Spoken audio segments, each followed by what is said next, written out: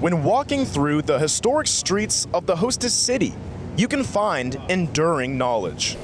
In order to receive a blessing, you got to give a blessing. You say life is what you make it. Who am I?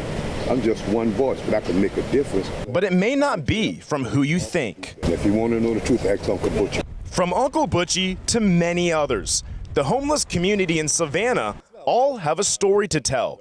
And since October, photographer Somi Benson Jaja has been giving them a chance to tell it. Recently, I would see people on the street like asking for money, and I was like kind of curious about their stories. And I just kind of came up with like I need to do something to learn about people that are on the street and kind of take a picture of them to kind of show who they are, but also let people realize that these people are regular people. Everybody has a story. Everybody has something that they can share. Homeless through situations that were not really my fault. I've made mistakes, don't get me wrong. I have made plenty of mistakes, but we all do. That's part of living.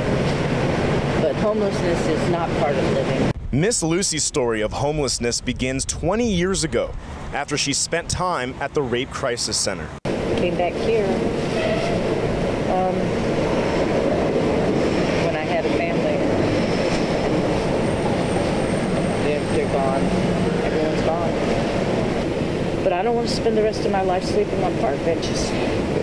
And each day she longs for when that will no longer be her reality. Just every day, I think that maybe tomorrow something good will happen. We take it for granted every day, the things that we get, our necessities that are provided through work, the people that we have to be in our lives, our family being there to support us. A lot of people that live on the streets don't have all that support network. If I could do more, I would do more.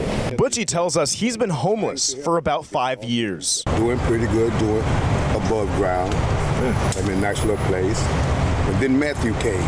Hurricane Matthew. Matthew, and I never recovered. But like many who are homeless and looking for where they can find work or a place to stay, Uncle Butchie says there's still mounting misconceptions about the homeless and what they do in their everyday lives. We have the smartest, most beautiful, gifted people there is that's homeless. I care because I would like to be in my own house, going to my own refrigerator whenever I want to. What I want people to get out is that feeling when you were a kid where you wanted to help everybody, where you wanted to make sure the world was a better place. So at the end of the day, I think if you build a little more compassion, it goes a long way.